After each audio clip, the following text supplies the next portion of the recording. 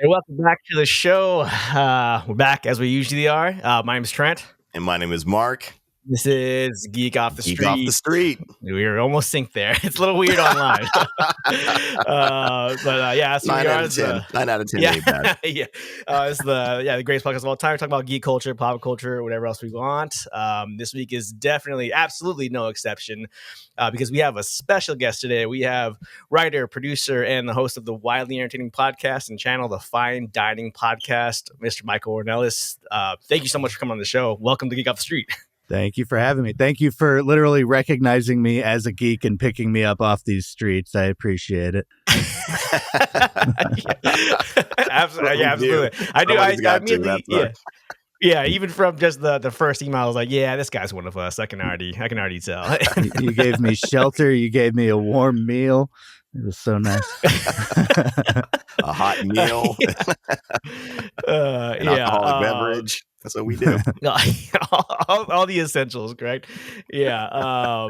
We got into a lot of your show these last few weeks, man. I fell in love with the search for the most mediocre meal, like the most 5.0 meal in the world, and that's just such an engaging concept. It's super funny too, but also like it's real, man. It's so honest and real, you know.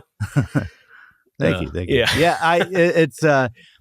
I don't know. It's this weird balance between, I love chain restaurants. I grew up on chain restaurants. I'd get excited to go to chain restaurants. I've had so many, my 11th or 10th birthday party was at a Pizza Hut buffet. My 16th birthday dinner was at an Outback Steakhouse. My 33rd birthday dinner was at an Outback Steakhouse. My 34th birthday dinner was at an Outback Steakhouse. you get the point. But like, let's call a spade a spade. They are middling. Like, of all the meals we could have in the world, they're in the middle. But I still love them. So, Yeah. That's awesome. Is that kind of what landed you on to how you started your show, or was that kind of a bit in there? I was eating at one of those famous chain restaurants and kind of had the realization of like, that didn't move the needle for me at all. It was very average. And I thought it'd be a silly idea to go make a show that kind of chronicles each one. And initially the idea was to rate them on a scale of 4 to 6. And then I kind of refined that to just be, let's look for the most mediocre, the perfect 5 out of 10. And, that's had enough legs to get me this far. I'm almost at 100 restaurants that I've been to. And, I've got a running list of all the chains I want to try that are kind of all over the country. But I'm lucky in that Los Angeles has a bunch of them pretty accessible. Yeah, I was going to ask about that too. Yeah, are you worried at all about running out of restaurants? Is that a thing, or you just go back to the beginning? No, because, for the first 50 episodes, I wasn't even doing fast food. It was just like sit down, technically casual dining restaurants, your Outbacks, Applebee's, stuff like that. So adding fast food has added a ton of maybe not longevity to my life, but longevity to the show. Like this, I don't know when this is coming out, but this Tuesday I am going to Taco Bell, even though that episode won't come out until April, just because, fast food was off the table before, and now it is going to slowly kill me. Maybe not slowly. All of us, man. Yeah. Right. Yeah. No, that's freaking cool, man. So I guess we should just go right into our first bit here. With all of our new guests, man, we always try to get people to share the geek cred, man. What got them into geek culture, and how do you think it's changed over the years? Ooh, I have a few different, I guess, fandoms that I would consider kind of geeky. Big wrestling fan. Keep up with pro wrestling. Have since very nice 2001. And as far as like, if I feel the fandom has gotten worse or better, I mean the online discourse around the wrestling company that I like to watch, All Elite Wrestling, AEW, is very, very toxic online. So I won't say it's the most enjoyable thing to like be a fan of in traditional forums, but I have friends in person that are into it, and we just kind of get together, do our thing, enjoy it on our own, and try to tune out the noise. But like it feels like every wrestling Facebook group is finding new ways to kind of punch down on the little guy compared to WWE. And are either of y'all wrestling fans? Man, I was actually kind of sheltered, so I wasn't really allowed to watch wrestling as a kid. I know, right? I was able to kind of watch it a little bit older, and I don't know. I kind of had this like the idea, the whole fake idea about it was just, I think I had like whatever was wrong with me back then. It's probably still wrong with me now. I always push back when people say that. Yeah, I always push back. I just had this certain stigma about it just from hearing from other people. And then I think I went over to a buddy's house. My parents didn't know I was watching wrestling, and I really, really enjoyed it. Well, so I think there's a lot of I think there's a lot of value to it. I think for sure. Yeah, I think go ahead. I want to hear it. I was just going to say really quick. No, I definitely love wrestling. I'm going to WrestleMania. Oh, nice. Later this year. So, Vegas, right? And Vegas, right. Yeah. So no, I'm there. And as far as like, and it being fake and all that, the fact that, somebody is like 30 feet in the air and jumping off of a steel cage and crashing into somebody. There's no stuff, nothing man. fake about that. Yeah. Right. You know what I mean? Those guys are. It's real athleticism. It's fake combat, but it's also like, I don't know. You'll hear someone like ragging on wrestling for being fake, and then they'll turn around and be like, "Yo, John Wick is so sick," and I'm like, "Yeah, it is. It's also not real." Like, Right? Did you know that? Right. Yeah. Right. It's good versus evil. That's pretty much what wrestling is. Good guys versus bad guys. Yeah. And it's basically a show where like the stuntmen are the actors, and the level of acting ability they have is kind of akin to what you would expect from a stuntman, not an actor. But, you occasionally get really good, from an acting standpoint, really good performers in wrestling. And those are the ones that become huge stars. So. Yeah. It's got the ribs, absolutely, as the kids say. Yeah. Nice, man. I'm sorry. Were there any other fandoms you were a part of, or you said you were interested in? Sorry, cut you off there. Like there's a bunch of animated shows I watch. I'm not super into like anime, which I know is a huge part of geek culture, and I have the weirdest aversion to it. It's mostly that whenever I watch something about the style of animation genuinely puts me to sleep, and not in like I'm bored, but I feel like it hypnotizes my eyes, but like I have to be very awake to consume anything anime, and even then I'm kind of mixed on it. But I've watched like all the Marvel movies, and the animated shows I'm into, stuff like Futurama I grew up on. Which I will probably be bringing up a specific from Futurama a little bit later. And then like a lot of like prestige TV. I know from I can't remember what year I started it. It may have been as early as like 2010, but probably for about 8 or 9 years, I kept a running log of every season of TV I finished within a calendar year. And I know at my most I got up to like 350. So I was consuming like everything that was considered like a great series on TV. I was all about. And then the pandemic happened, and I pretty quickly just started watching podcasts because I was like, oh, what's it like to hang out with people? This is what that feels like. And I kind of not stopped altogether, but I definitely dropped off hard of watching a lot of scripted TV shows. Oh, gotcha. Okay. Nice. Yeah, that's fair. Have you, I guess, typically ask, how do you think geek culture has changed over the years? I know that I always say that when I was younger, you couldn't be a fan of comic books, couldn't be a fan of anime. And then when Mark was younger, you definitely couldn't. I wonder. So. I was going to say, what a way to just throw him under the bus is like, oh, look at this old guy. Right under it. He does it all the time. All the time, Michael. All the time. If I don't throw him under the bus first, then Mark's gonna beat me to it. So it's a preemptive strike. I gotta just hit him first. I'm on Mark's side though. I'm probably closer in age to him. I'm 36, so Wait, how old are you? 36. Did you say 36? Yeah. How old are you? How old do you think? Yeah, Mark. No, is, no. yeah. In a month, I will be 51. No. Next month, You flat out will I not. will be 51. Yeah. If Real talk. Mark will send I you don't a believe that. picture of I don't his- believe his- that. I'm signing license- off later, guys. I'm out. Oh God. Yeah, we've been decided. No, well, I'll make sure Mark sends you a picture of his license plate with his address and everything on it, so you can see. Okay, Photoshop exists, y'all. Like, Yeah. It's- Wait, I have how my old are you, wallet here, Trent? man? Where's my wallet? I'll do it. I'll be. I'm 35 next month, so oh man. yeah, I'm actually closer to you than. Oh, Yeah, man, Mark's an enigma, man. Yeah, we I met Mark 10 years ago, and when he told me he was 42, I was like, no, come on, man. Liar. And then now I I call stuck him my grandpa all neck the time. out for you, and you betrayed me like this. Dang. And this is how you betray me?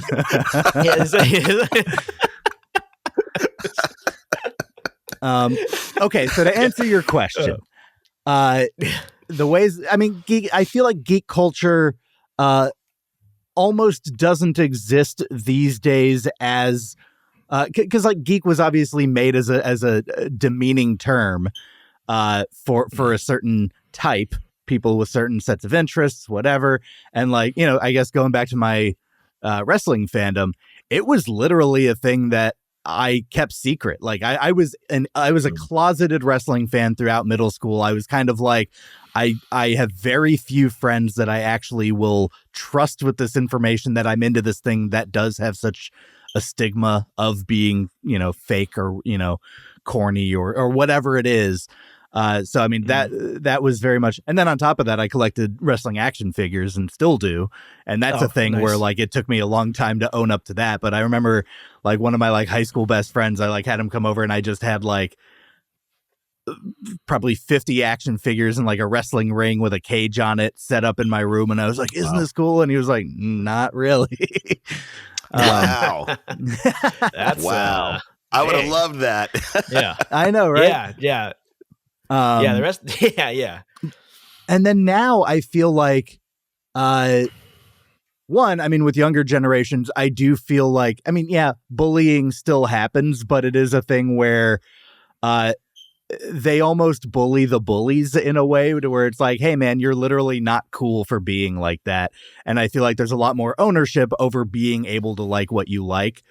From what I observe, I've got a, I guess now 16-year-old cousin who, you know, I kind of learn about young people through her. And it definitely feels like you're more allowed now to be into the things that you're into. And with the prevalence of the internet, and specifically for that generation growing up on the internet, you get to connect with people who are into the things that you are, and you're able to forge relationships based on it. So I think it feels a lot less isolating than maybe it did when we were growing up. So I think in that regard, geek culture isn't so much geek in the terms of like geek, you know, like labeling someone that. It's just kind of like, it's your interests, and some things are formerly geeky to be into, and some things are, I was going to say mainstream, but also a lot of geeky things are now mainstream. So, right. Exactly. Yeah, I feel like people can't throw it under the bus as much as they used to. You know, when everyone is going to watch the latest Marvel movie or DC movie, whatever the case may be, it's making billions of dollars, and everybody's watching it. Yeah, it's like, well, you know what you used to beat me up for, you know, last year, you're running to go see, and you're talking about it like crazy. Setting box office records, you know? Yeah. Like Avengers Endgame is one of the most ambitious stories ever told, in that it took 22, 23, 24 movies to build up that movie being as satisfying as it is. And I think only in the world of comic books could you have made a movie that pays off that much stuff. Yeah. Right. Yeah. Couldn't agree more, man. It's amazing. Yeah. We'll never see something like that again. You know, we were lucky to be able to live in that moment. I can't imagine it happening again. You know, should never say never, but Yeah. To try to recapture that kind of I guess magic, for lack of a better term. I think it would be hard to do. But yeah, it was cool as lifelong geeks, man, to see that realized. Yeah, that was exciting. You know, that was pretty amazing. So yeah, that was very eloquently put, man. I'm not used to talking to people so articulate. So thanks for that. Yeah, cool, man. All right, so let's jump into the meat of the show. Now, we talked a little bit about your show already, but I mean, I know I'm a deep Googler, so I saw that you're a writer at one or still a writer. You know, you host the show. I guess how was I trying to frame this question? I guess, but how did you kind of but where was your start of getting into this field, and what kind of landed you with the Fine Dining podcast, or how did that lead to the Fine Dining podcast? Sorry, that was a long question. It's I don't know. I mean, I went to college for film, and University of Texas, they have a student-run FCC licensed isn't the word, but like FCC regulated student-run TV station, and I made. Yeah, so it's kind of like you can go and pitch shows to the station manager and be like, hey, I have this idea for a show. Will you give me airtime? If I make this, will you air it? And college was a very interesting journey for me. I'll kind of condense it as much as I can. But I started gung-ho at a music conservatory in New York City. And I was like, I am going to be an orchestral percussionist. That was my dream. You know, I spent middle school and high school getting great at orchestral percussion, and I was first in the state of Texas my junior year. Got into a great school, and then got there and was last chair out of 11 people, and I was like, oh, I don't think I actually have what it takes to cut it in this industry, despite coming from being like number one, to then kind of have that awakening of it may not happen for me, and being 18 and being young enough to kind of cut my losses on that and be like, well, you know, whatever, I still have my future. So I got very depressed for a little bit, transferred back home to Austin where I grew up, and went to University of Texas, knocked out all my core classes while trying to figure out what I was going to do for a major. Got sick for a little bit, came back, and like I had everything except for my major courses done. So I had basically 4 semesters. So a summer, fall, spring, and then the following summer. And I knocked out all of my film classes after I kind of landed on that being what I wanted to do. And in that year, I joined their, it's called TSTV, Texas Student Television, and started just kind of helping out on some shows, then auditioned as an actor to be on one of the like narrative shows, you know, more like a single camera comedy. And it fell apart real quickly. And I saw like all the mismanagement steps that were happening from the people in charge of that show. And they just were like, you know, they'd hit you up on the day that they wanted to film something and be like, hey, are you free to shoot? And I'd be like, do you expect to get a full cast and crew together on a whim that and so that fell apart. I went to the station manager and I was like, hey, I have an idea for a show that I would love to do next semester. It's my last semester. I'm a second semester senior at this point. Will you let me do it? And he was like, no, you've only been a volunteer at this station for like 3 months. And I was like, all right, well, you need programming. I'm going to go write something and start making it, and I'm sure you'll air it. And that's what happened. And that station manager, by the way, who said no, is now a buddy, a neighbor, and he's a regular in my weekly D&D game. So like, I always like hold that over his head. D&D too. Yeah, he's like a big part of my life now, and so I think it's funny that I'm into D&D, and with him we're watching X-Files together. So you know, I've got my stuff. Yeah, I played D&D like every week for almost 8 years now. So nice. Yeah. Mark's I play role-playing games too. Right? I haven't played in a while, but I played one called Rifts. It's kind of a similar. It's a magic science I'll tell you about it later. But yeah, Okay. I'm with you. I'm with you. Anyway, so I made this show, and like, look, it was 2011 when I was shooting 2012.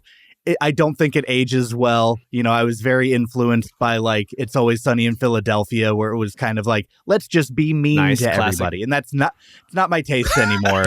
And nor was it executed responsibly, I would say. So I don't recommend it. Like, I'm not going to get canceled for it or anything. It's not one of those, but it is a thing where I'm just like, yeah, I don't stand by it particularly. It would also be very difficult to find. It's not that difficult to find, but anyways, So I made this show in college. It ended up winning a collegiate best comedy award, and I was like, okay, cool. I'm maybe a little equipped to do something like that. And then I moved to Hollywood and proceeded to not have any idea how to get work as a writer. I'm not nearly as networking forward as I need to be in this industry, which is something I'm still working on. So I jumped into doing comedy classes at like Upright Citizens Brigade and other places that I could find. Done like improv, sketch, stuff like that. And I'm, again, kind of firing that back up these days. And then for a while felt like I was just trying to pay bills and not really doing anything creative. Made a YouTube show in 2016 that had fun with, didn't go necessarily to where I wanted it to. That I stand by well enough, though. It's still stupid fun.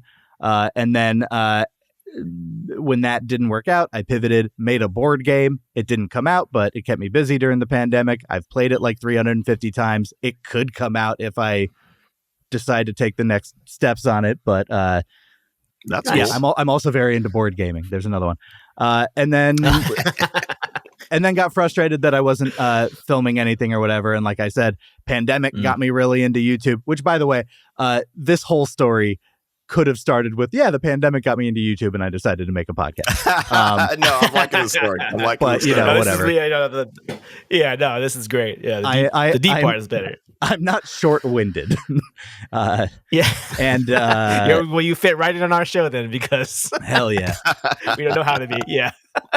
So and then the idea for the show came around. I pitched it to a buddy at the time of like, hey, I've been sitting on this idea of reviewing chain restaurants for probably the last 3 or 4 years. I had this silly vision of reviewing them on a scale of 4 to 6. I think I hadn't considered it as a podcast, but I think it could work as one. And, we started doing that. He was on the first season of the show. And then starting with season 2, which was November of 2023, it's been like a solo show with a rotating guest list each week. So I don't know, it's just a fun excuse to eat at a bunch of the places that I love, to call a spade and learn a bunch about them, because I do 2-part episodes where part 1 is like a deep dive into the history of the franchise that I'm going to, and then the following week we give our review and I get about an hour out of each half. So nice. And each one of those segments is great too. But I mean, when you do that first part where you do like the deep dive, like the history of these chains or whatever, like that's great because you like really do the research on it. And it's like, I would never have guessed all this went into, this particular restaurant. And you have some things to say about my Cracker Barrel. I'm a bit of a Cracker Barrel. Whenever I go out to, the East Coast, North Carolina, we always hit up Cracker Barrel. Have you seen my Cracker Barrel wrap? Biscuits and milkshakes. What's that? Did you see my Cracker Barrel wrap? No, I didn't get to that part. There's a Cracker Barrel wrap. At the end of part 2, but I think I released it as like an individual video on its own. Because Cracker Barrel's the leader. It's the most mediocre restaurant. I have it at a 5.01 out of 10. So I made a pretty, I think, a pretty solid rap about its standing as a very mediocre place to go. I'll tell you this. Actually, but that. Oh, go ahead. Yeah. I went there for lunch to review it. That's what got it the 5.01 rating. You also have to keep in mind, my show hinges on the restaurant experience. It is not just the quality of the food. The ratings would be drastically different if I was just talking the food, but it's like, is this a pleasant place to go? Is this a mediocre place to go? Is it a bad place to go? I've had places with like, the food's solid, but the place was filthy. Like, I went to a Waffle House and it scored lower than the food. I think the food at a Waffle House is pretty solid. Anyway, so I went back to film this music video just to kind of like steal some shots while I'm sitting at the table, like rapping and whatnot. And, my buddy's across the table with a camera filming it. And obviously I had to get food for that. I'm not going to film a music video on Cracker Barrel and not show any of their food. And I got more breakfasty items. And I'll say the meal I had when going back to film the music video was a lot better. So I'm not going to hate on anyone who's like, Cracker Barrel has good food. I would go back to a Cracker Barrel. I'd go back to places that are like down in the 3s and 2s. So, yeah. And cool. This is off the wall. This is random, but do you do the music for all the like the transitions and the stings and stuff? For That's your show? what I was about to ask, because like the quality with that show, you've got so many different songs, like the September Burger. Like all the stuff you guys are doing, like the production value is off the chain. I have some very talented friends. With my musical background, I conceive of all of the songs. I don't have the means to compose, nor the experience or the know-how. But like, I might like hum a melody and like call up my friend James, who does a lot of the music, and just be like, hey, like I've got this idea for like this quick little riff, like and then I'll be like, can you like turn that into something? And I'll tell him like the concept of the jingle, and then I kind of let him run with it. If you go way back, my Olive Garden episode, which is episode 7 of the show, is a full-on musical. There's 7 original songs about Olive Garden in it. It's maybe a little indulgent. I don't know how well it holds up. Some of the songs probably go too long. And I'll say the first song and a half on there are probably my least favorite song and a half of the whole thing. So if you can power through to the second half of the second half of the second song, from there on, it's like, okay, this is a lot of solid music. But you may not get to that point. But for that, I worked with like 4 different composers. I wrote the lyrics to all the songs, other than one that I let the composer write because he's a buddy of mine from high school who I trust with that kind of thing. I was like, hey, we sent back food when we went to Olive Garden. Can you just make a song about being pro sending back food? And he's like, I got you. And then, long story short, I love music. I can't imagine doing any show I ever do without incorporating musical elements to it.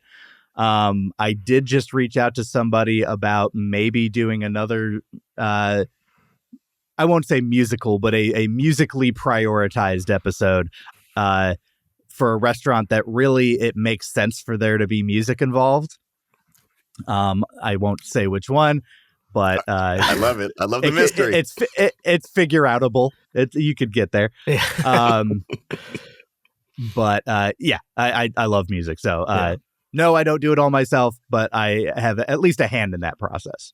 It's fantastic, man. It is fantastic. You guys do like a little video clip, and like I said, the production value of your show is phenomenal. How much like every week, how much goes into putting the show together? Because I can't imagine, getting the songs, playing it, recording it, doing videos for it. How much of your week goes into putting the show together?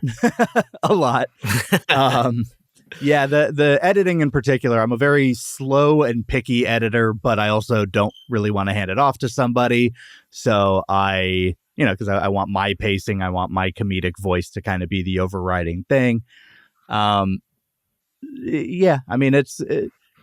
used to be probably 30 hours a week of, kind of everything put together.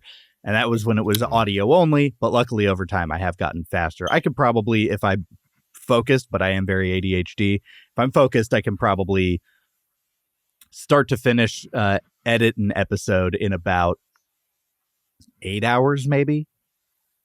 And then Nice. if I need special effects, I have a friend, the guy who told me no on making my show, the station manager.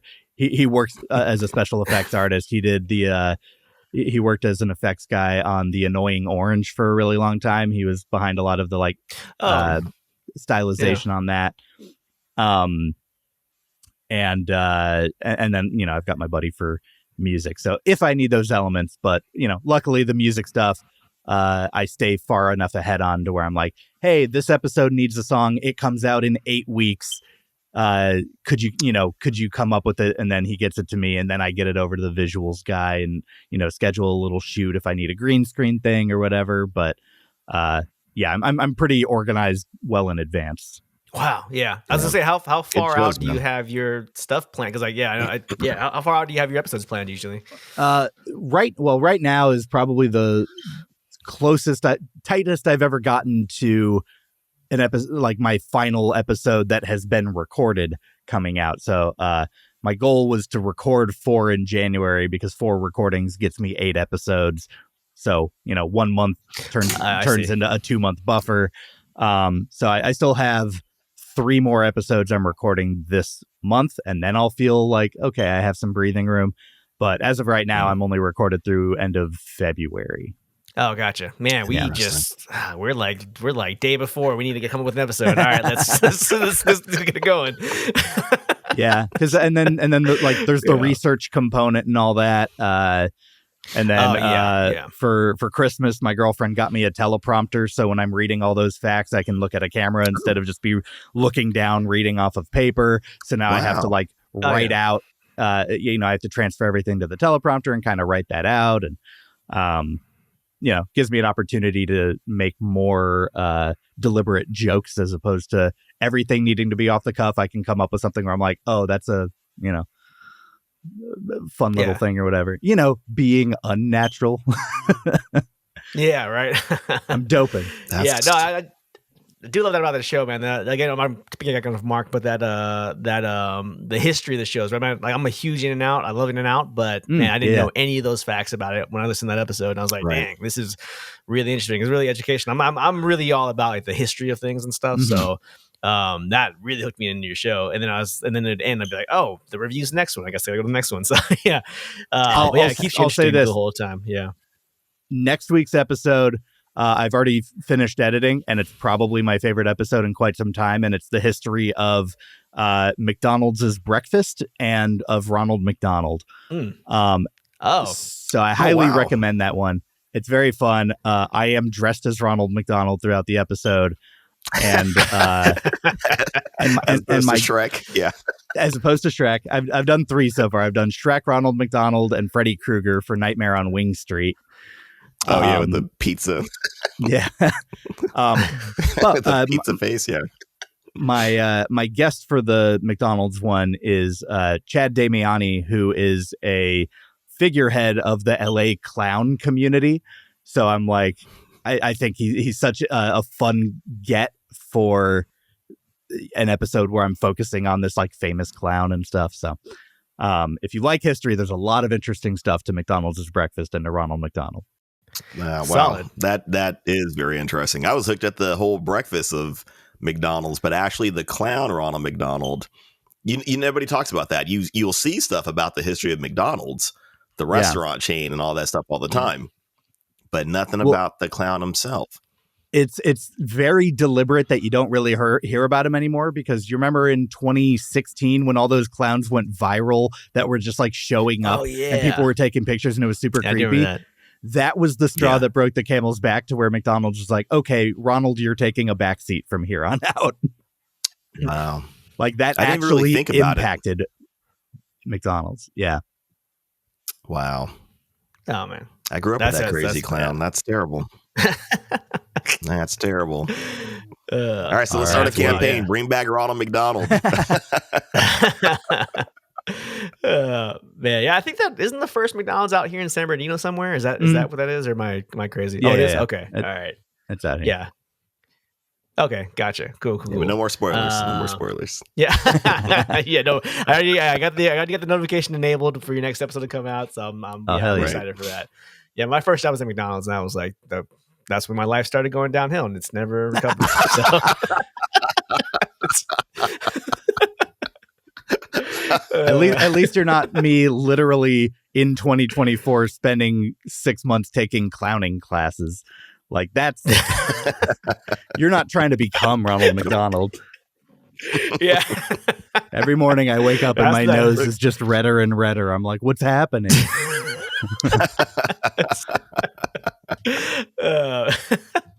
Man, I did want to mention you. I did mean to mention in the intro. Like, I wasn't sure if you were like a comedian was, one of your labels, but I didn't want to assume. But yeah, I think so. You're saying you did some stuff with the Upright Citizens Brigade, and you did some. Yeah. I mean, just like classes and stuff. I never auditioned for like their house teams or anything. I'm going back through their improv program right now, just because like the last time I did it was like 10 years ago. Mostly to like sharpen up. I actually later today start musical improv, which we'll see how that goes. Learning to make songs on the go. I have no like theater experience or experience with musicals other than making a Olive Garden one on a recorded venue as opposed to a live one. So yeah, no idea if it'll be my jam, but gonna try it out.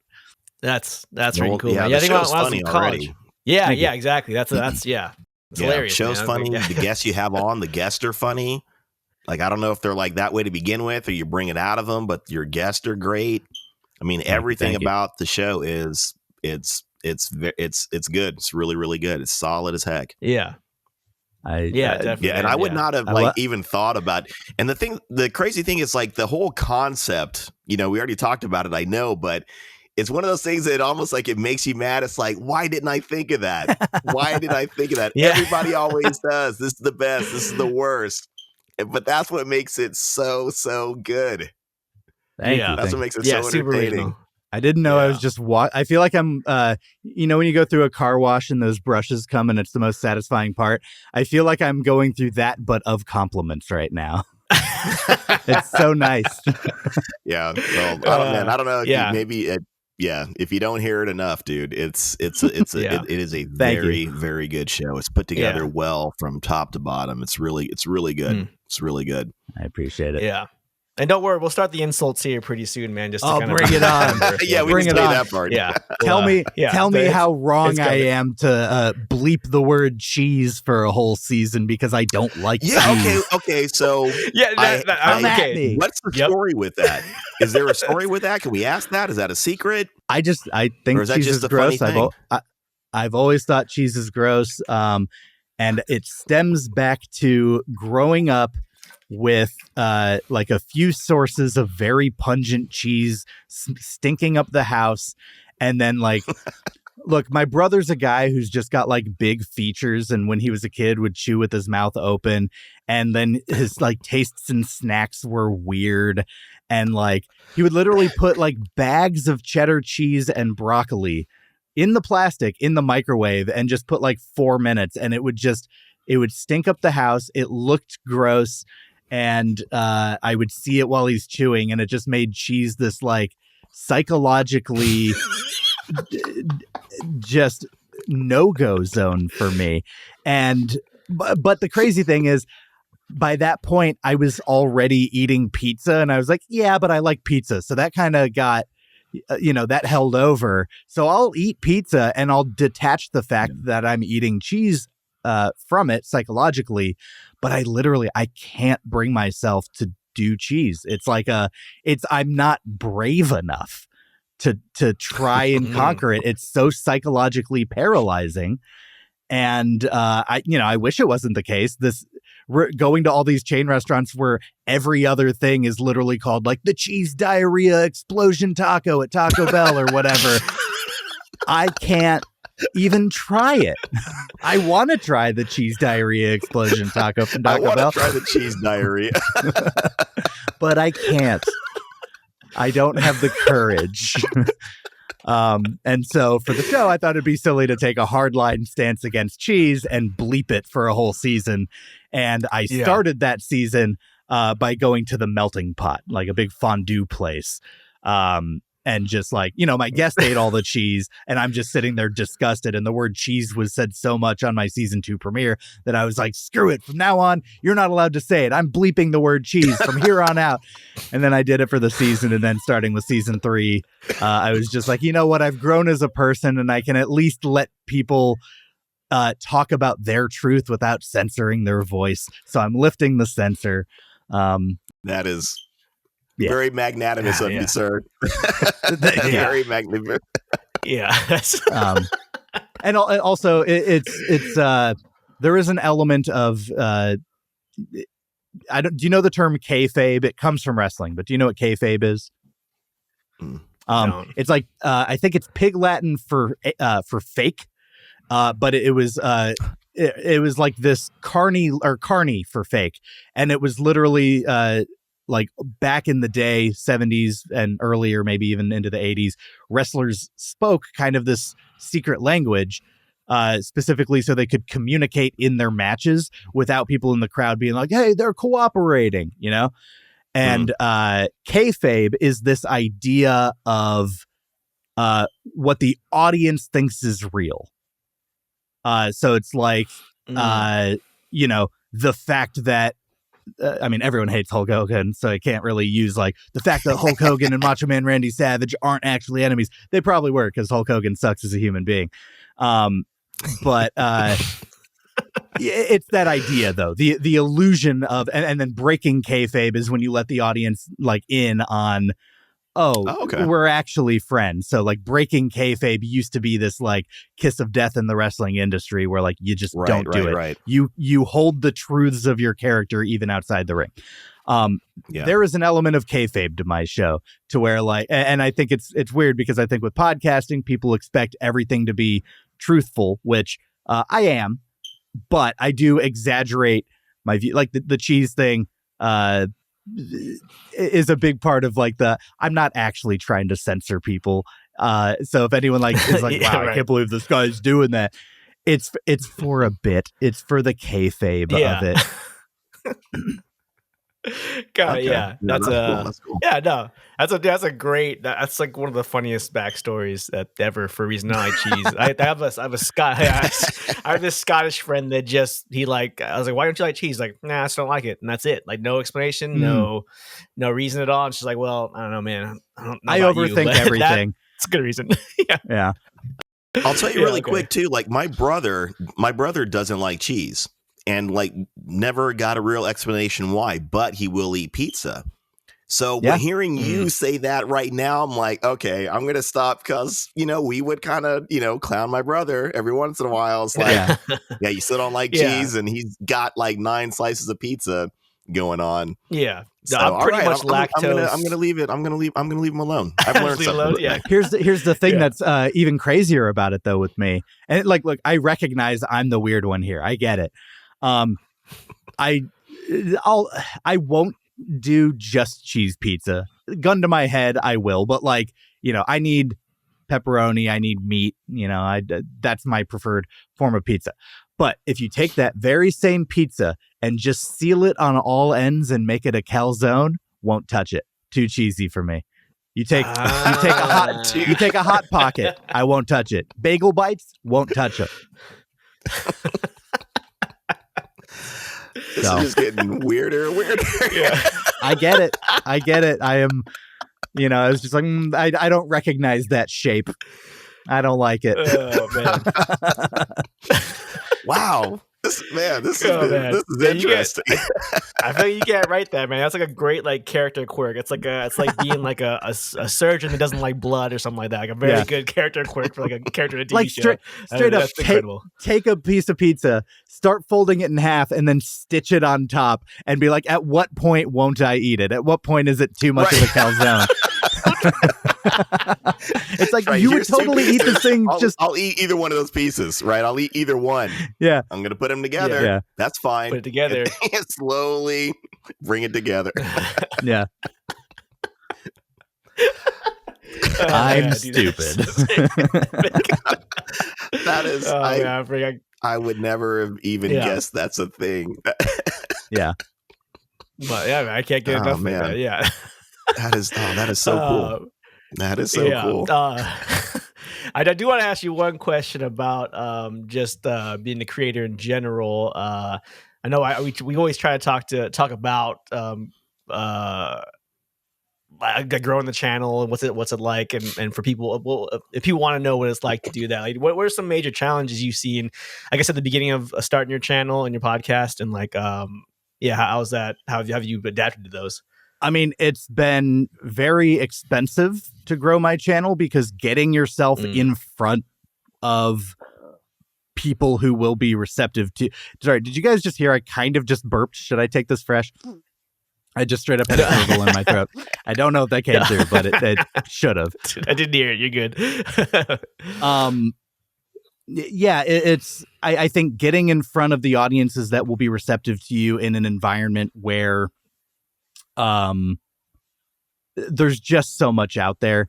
You know, even my podcast alone, I tell people about it and they're like, oh, you're just Doughboys, which Doughboys is a comedy podcast that covers chain restaurants. And I'm like, you know, it's diminutive to just be like, oh man, this thing that, you know, I have my own angle and take on chain restaurants. I definitely have my own distinct creative voice from them. And like, you know, no disrespect to their show. I like their show. It's just very much not what my show is.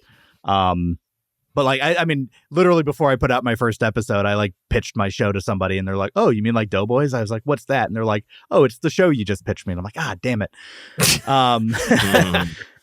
So, you know, luckily I had the mediocrity element to it and, you know, just a very different comedic voice, comedic style. So, you know, I know that there are people who listen to both podcasts and enjoy me, and I've never had any of those people. I've had one star Apple Podcast review go like, "Isn't this just Doughboys?" And I'm like, okay, but you know, you're doing the right thing if you've got haters. That's what they say. I don't necessarily agree with that. God, I think literally our second rating was a 1 star, and I was like, I don't even know who this person is. Like, there's 3 people listening to our show right now, so somebody we know had to give us a 1 star. Dang, that stings. Yeah. But yeah, it's just getting in front of anyone who might be receptive, and that access is not easy to find. And I'm by no means good at social media. I have someone who does my social media, and even then my social media is pretty small. You know, I've got 1,250 followers on Instagram. I've got it doesn't even matter now on TikTok because RIP. But yeah. So it's like one of those things where, you know, I've had a couple videos specifically on TikTok kind of take off and go viral, and that didn't even necessarily translate to subscribers on TikTok or podcast listeners. So it can be, and then again, both of the viral clips I had on TikTok, neither of them had to do with food. They were clips from my episodes, but like one of them was about the time I met Michael Jordan. And then the other one was about how stripper shoes are deceptively really athletic. Because for episode 69, I reviewed a strip club. That was a good episode. A very good episode. And so it's like, yeah, those clips went viral. And sure, 500 strippers now follow me on TikTok, but it didn't equate to like podcast download. So I'm still navigating that. And even like my YouTube viewership, a lot of it has come from YouTube Shorts, which doesn't necessarily equate to people engaging with your full long form podcast episode or anything. So yeah, I mean, I'm still trying to figure it out too. I think just focus on making a good product and focus on getting it in front of someone who didn't know about it yesterday, today. You know, that's kind of always the goal to growth. And then, you know, eventually, or the hope is that some of those people are engaged fans that are like, they're sharing it around. They're like, hey, I want everyone in my life to be into this thing with me. So yeah, I've been thinking about building a Discord just so I can try and get a place for people who like my show to kind of come congregate. And so if I launch that, y'all are welcome to come be like 2 of my 10 to 15 Discord members. Oh, dude, we're there, man. We're there. I don't even know if I have Discord, but I'll get on it just to join your Discord. Right. Hell yeah. I was gonna ask what would, if someone wanted to start a show today, what would you tell them? And so you kind of already have. You already covered that good advice. Don't. It's all for me. I mean, the jaded advice is be famous. Which right? Yeah.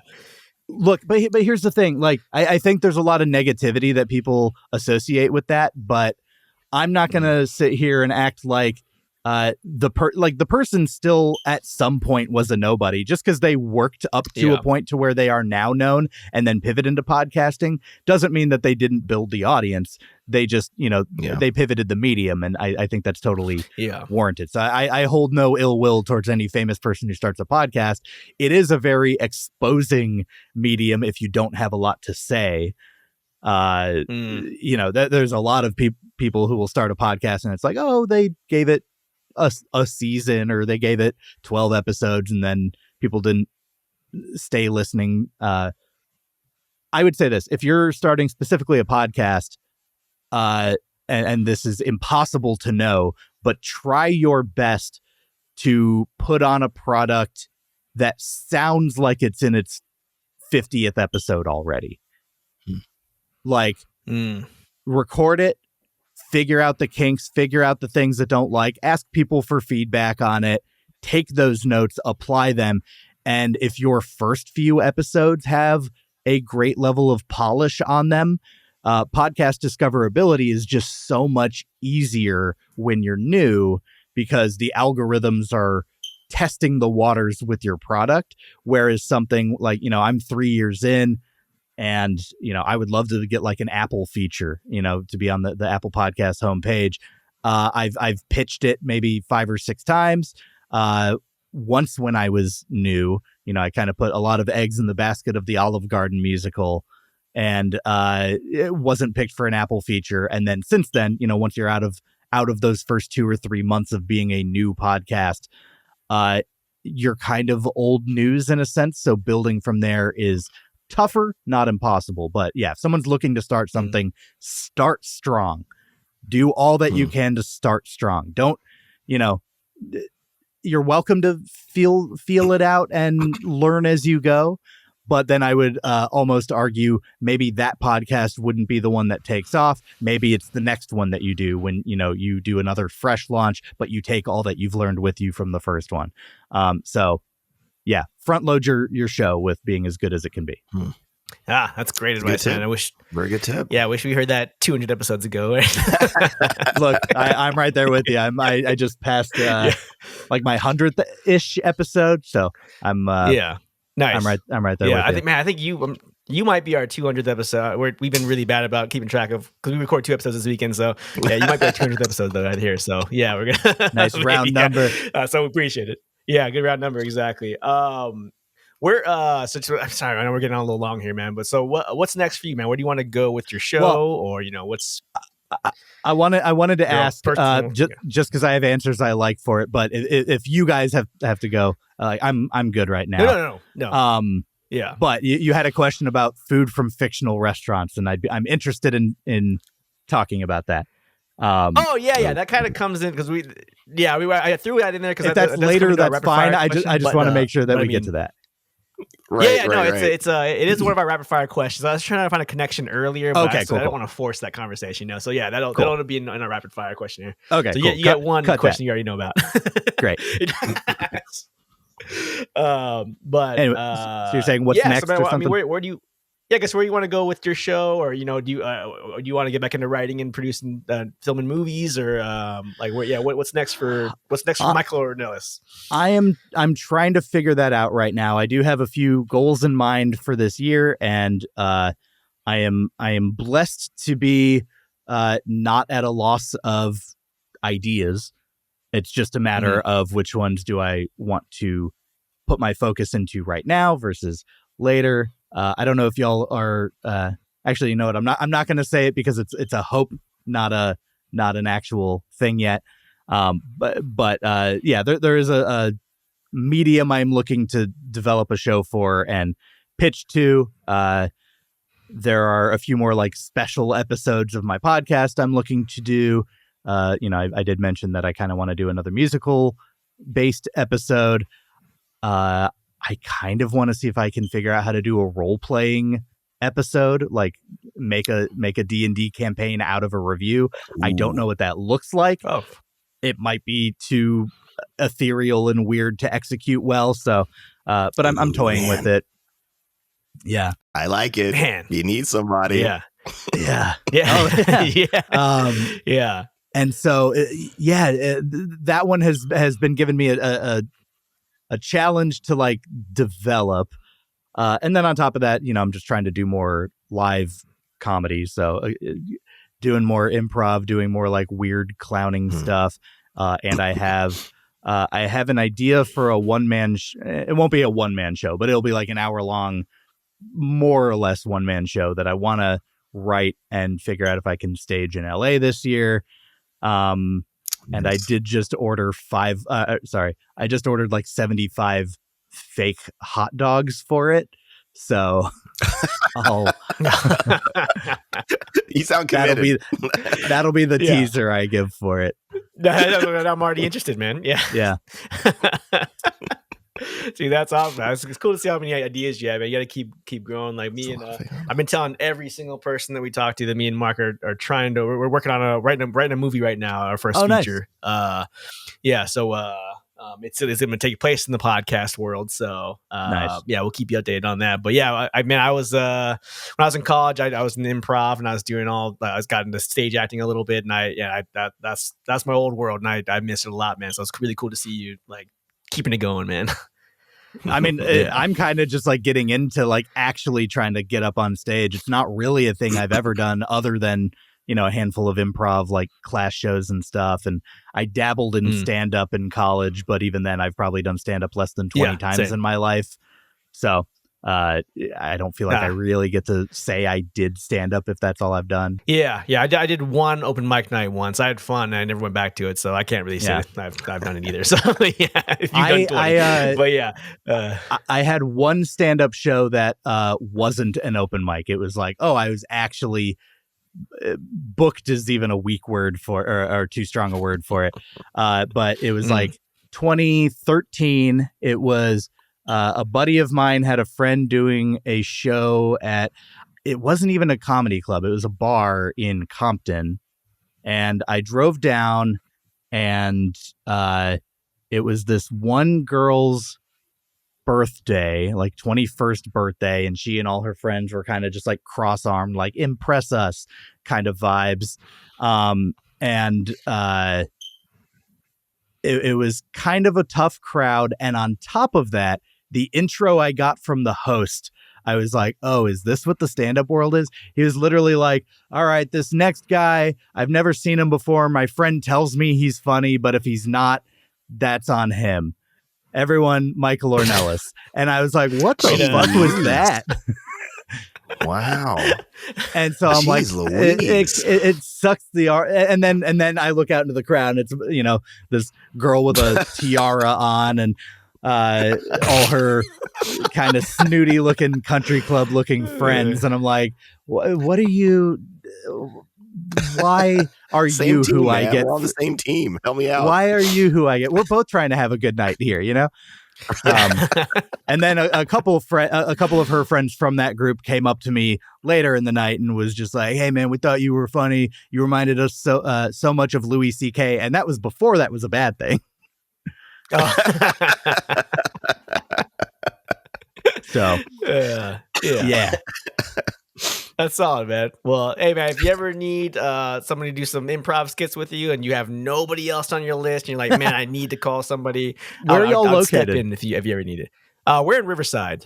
So, okay. Gotcha. Yeah, we're not too far. Yeah. I have my eye on a chain restaurant and the closest one is in Riverside on the border, Mexican Cantina. Oh yeah. Oh, was that only to us? Oh crap! Okay, place. Yeah, I know those guys. It's the closest closest I one is Riverside. haven't been there in a while, but I'm sure you're not missing anything. But That's right. Yeah, I feel like I went there one time when I was in college, maybe. And I don't remember anything about it. So yeah, that might be perfect for the show. Oh my God, now I want to go there so bad. Yeah, but yeah, you ever need a mediocre opinion from some mediocre guys, man, we got you, dude. Hell yeah. We'll help you out with that. Yeah. Cool. All right, I don't want to keep you too much longer, so we're going to move into our last rapid fire questionnaire here. Perfect. So we just ask quick questions, quick-ish questions, no wrong answers, just off the top of your head, give us your best answer. Cool. All right. Yeah. Everybody, And feel ready free to elaborate on one of those questions. Nope. One word. It's you get one word. Fire. That's it. Yeah. it's rapid fire in a sense, but we usually end up talking for 20 minutes sometimes, so it's all good. Yeah. Cool. All right. Star Wars or Star Trek? Star Wars. All right. Jedi or Sith in Star Wars? Civilian. No, it's just civilian. I just want to sit back and eat at like I want to eat my food at the cantina. I don't want to get Drink involved. some blue milk. Leave me alone. You want to be involved? Yeah. Get a blue milkshake. Cool. Yeah. All right. Marvel or DC? Cinematically, Marvel. The only comics and graphic novels I own are Batman stuff. So I always had a soft spot for Batman, but I mean the MCU largely has been very good. So I guess at that point I've got to say Marvel. Got it. Okay. So then Team Cap or Team Iron Man in Civil War? I don't. Neither of those two are my strongest. Fat Thor. That's my my beacon of. That's my perfect center in the Marvel universe. Is just when Thor was chubby. Oh, so you're just neutral. You wouldn't choose Cap's or Iron Man's side. Well, who else was on those teams? That's the thing. The rest of the roster is probably what would influence He wasn't there, right? Yeah, Thor and Hulk were he not was there. off doing his own thing. I guess I'll say Iron Man because he had Spider-Man, right? He did have Spider-Man. Yep. Yeah, no, I'll say Iron Man. That's a good reason. That's a good reason. Yeah, if anything. If you could choose any geek universe to exist in, what would it be? Oh, God. Pokemon? Yeah. All right. Would you be a trainer or like a good follow-up question. Oh, are you asking would I take part in just prevalent cockfighting? No, probably. I'd have a pet, and that would be it. I'd have a pet Ivysaur or a Porygon. Give me a Porygon. I want something that looks super derpy. Yeah. You can't really cuddle with it. It's got too many corners. Poke an eye out with that thing. No. Yeah. I haven't heard anybody say Pokemon is the world they want to live in. Yeah. Nice. Yeah, it's good. And not be a trainer. Yeah, that's good. That's good. Cool. Which superpower would you want to have if you could?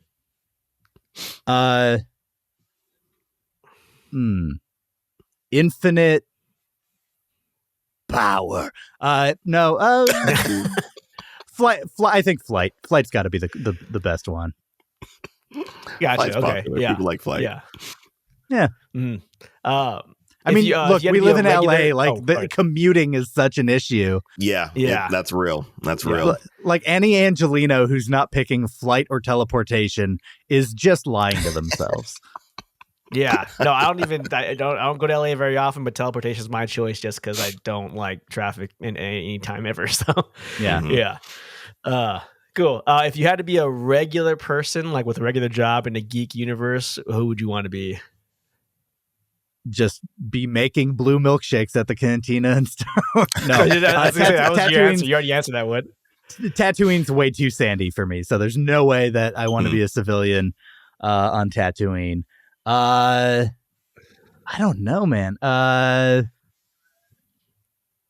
be make me just like a civilian Goron in the Legend of Zelda franchise.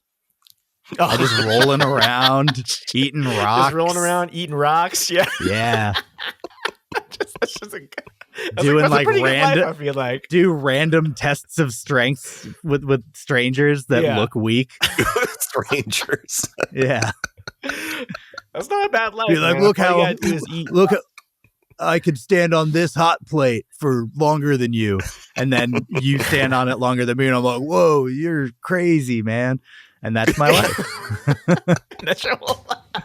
Go get me some eye drops. Oh man. If you had to, would you rather go on a mission with a character from a superhero universe or go on a date with somebody from the superhero universe? Oh God, who am I crushing on? I don't want to go on a mission. I'm all about mitigating risk. You know, Right. Like I stayed inside for 14 months during the pandemic. I'm not out there like having like cough parties with people. So definitely a date because it sounds safer. But then again, it depends on who, because like Black Widow could kick my ass. I don't know if she would. I don't think I'm rude in a way that would set her off during a date. But that could be dangerous. You know, Tatiana Maslany as She-Hulk, very cute, but also that Hulk side, I don't think I can handle. So I'll say date, but with a non-specific character. Gotcha. All right, that's good. Do you have a Harry Potter house that you're in? No, never got hit with that Harry Potter bug. Gotcha. Okay, but I will. I have a brief Harry Potter anecdote. When I was in 4th grade in 99, I think, I had a foreign exchange teacher from the UK. So, you know, he was just there for the year, Mr. Little. And he was so like Simon Cowell, Gordon Ramsay type energy of just like berating us for being stupid and stuff like that. And I hated him as a teacher. And he started reading to the class Harry Potter and the Philosopher's Stone, which was the UK translation of or release of Harry Potter and the Sorcerer's Stone. So he was reading the first one to us. And because it was him, I was like, I'm not having any of this. I'm not accepting anything that this man puts into my life. Lo and behold, probably sometime when I was in college, he found me and added me on Facebook. And for probably 8 or 9 years, we played Words with Friends against each other. So, and things were like pleasant and nice. And it was just, he was annoyed by kids, which I was an annoying kid. And if you weren't an annoying kid, you're lying. Yeah. Hey, man, I'm still an annoying adult. So I get it. I haven't changed. So, yeah. I'm noticing when you don't like something, man, you go hard. When you don't like something, you go hard in the paint on it. Like you don't like cheese, so I'm never touching cheese, never gonna look at cheese. I'm Harry loyal. Potter was ruined for me. I'm loyal. Don't even talk to me about Harry Potter. Yeah. Hey, respect though. Respect. Yeah. It's all good. Yeah, just that's funny, Mark. I'm like the exact same way, but you have no respect for me. So how's that work? When have I ever? Damn. When have I ever? Where's this coming from? I don't get it. I just don't get it. He's wearing that jersey just to dunk on you. Yeah. Yeah, it's coming from 4 years of doing this show with you. That's where it's coming from. So, cool. All right. So yeah, what made up meal or snack food have you always wanted to try in the geek world? And then, you know, obviously elaborate as much as you wanted on the section. All right. So I got 3 answers for you. One that I've actually had, right, one that I've kind of had, and one that I wish I had. The one I've actually had, I don't even know how geeky it is, but I'm a giant Breaking Bad fan. And of course, when that last season was airing, I went to a Denny's and I made a 52 out of bacon on my plate, on my platter with pancakes and eggs, just like Walter White did. So that's what I have had. It's Denny's. It's fine. It's whatever. Yeah. The one I've kind of had, and we just lost David Lynch. I'm a huge David Lynch fan, and most specifically Twin Peaks. And in 2021, after I got my COVID vaccine, I did a road trip where I drove the entire perimeter of this country. I basically went from, not like literally, I didn't drive the border, but, I went California to Florida up to New York over to Seattle and back down. And just outside of Seattle, there is Snoqualmie, Washington, which is where a lot of Twin Peaks was filmed. And there's half the city embraces it and half the city kind of hates it. And so there's a lot of like little shops they've got like Twin Peaks merch and decor, and they may tell you like Twin Peaks shot X, Y, or Z here. And there's a diner from Twin Peaks that they filmed in, and they have kind of modified their actual menu to match, or at least have a couple of the things that were in Twin Peaks. So I got to have a slice of cherry pie at the diner from Twin Peaks, which was nice. Very, very cool. And then the one food from a cartoon that I wish I could try is poplars from Futurama. Are they those are the little the ones that were like alive, right? But everyone's eating them. Yeah. Yeah. Oh, yeah. But they look so good. They're just so like golden brown, fried the right way. Yeah. Sure, they might scream while you eat them, but they, sorry about it. This is how you look amazing, man. Yeah. Sorry, your food. So no issue with the ethics, man. I love it, man. Yeah, no.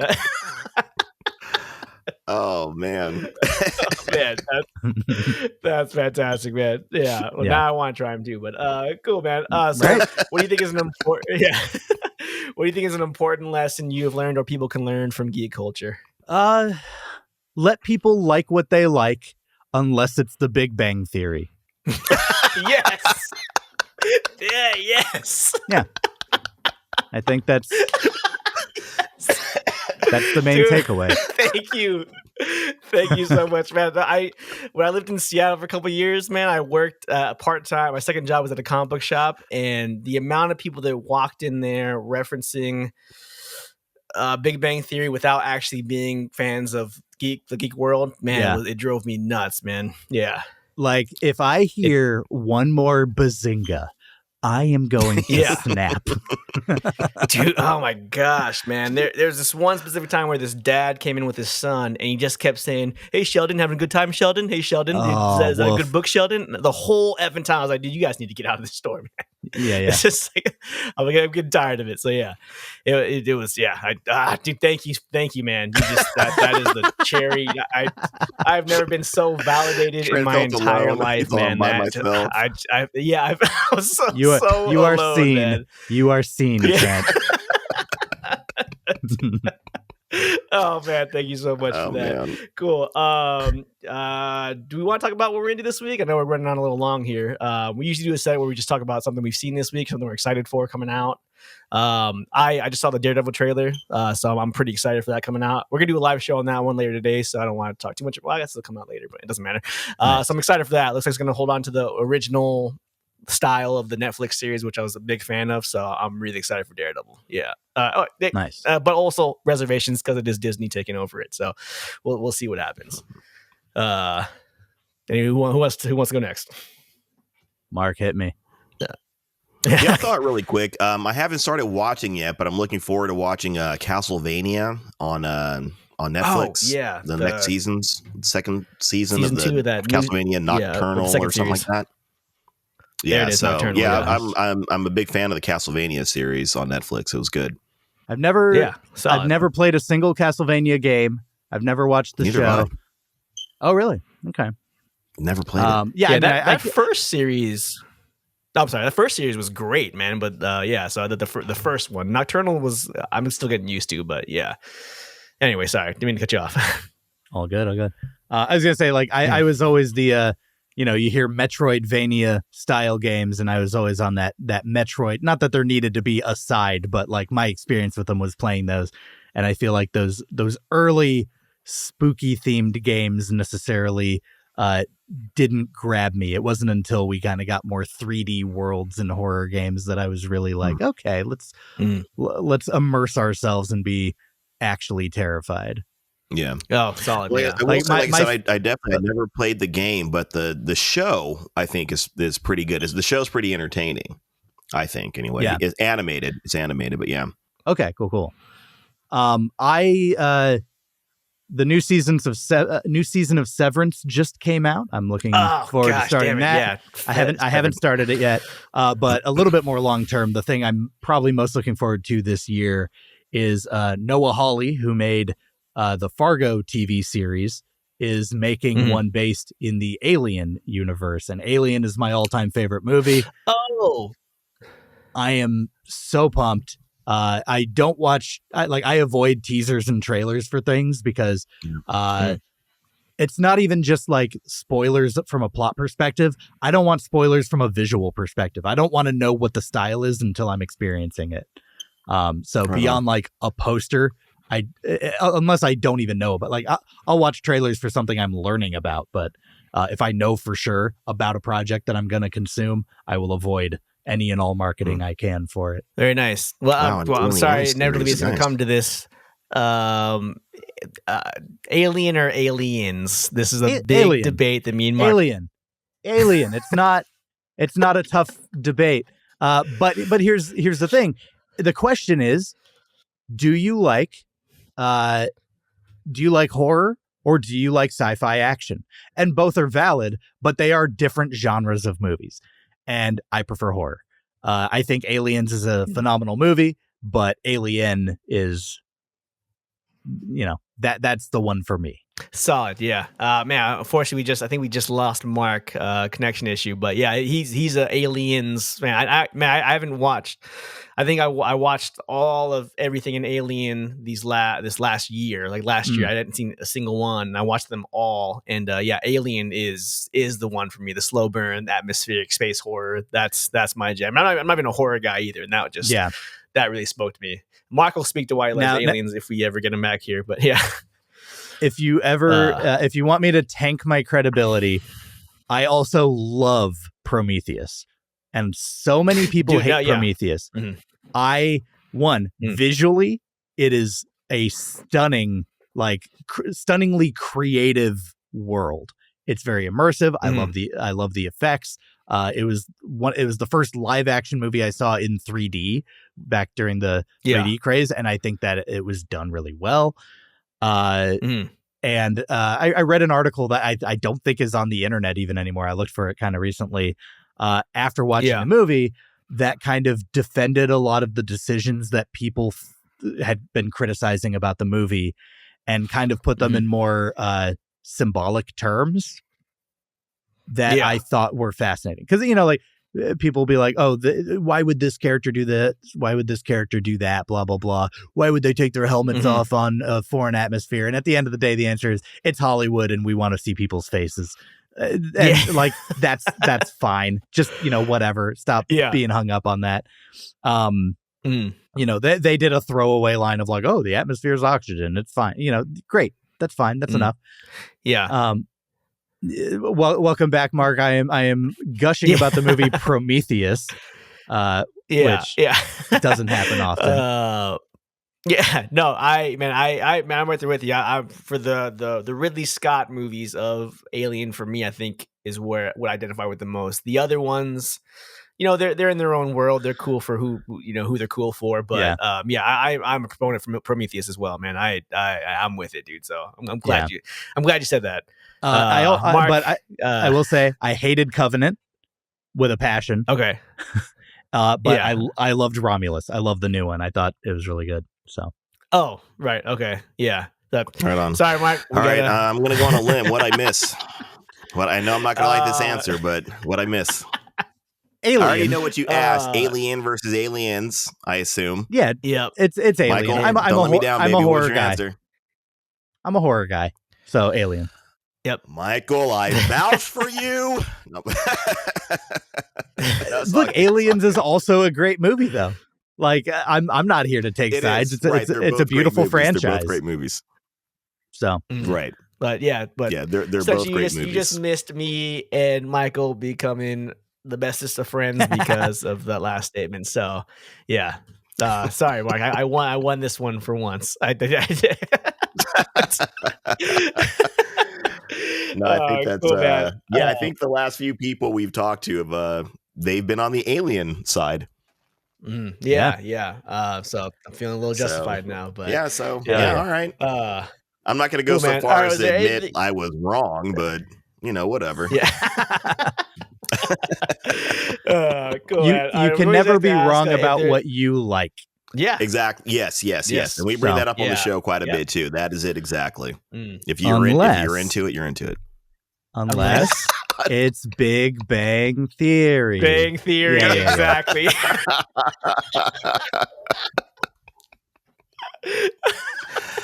Oh, awesome, man. All right, Michael, is there anything that we didn't talk about that you want the audience to hear, you wanted to talk about? Let's dive into politics. Let's dive into religion. Let's get right into it.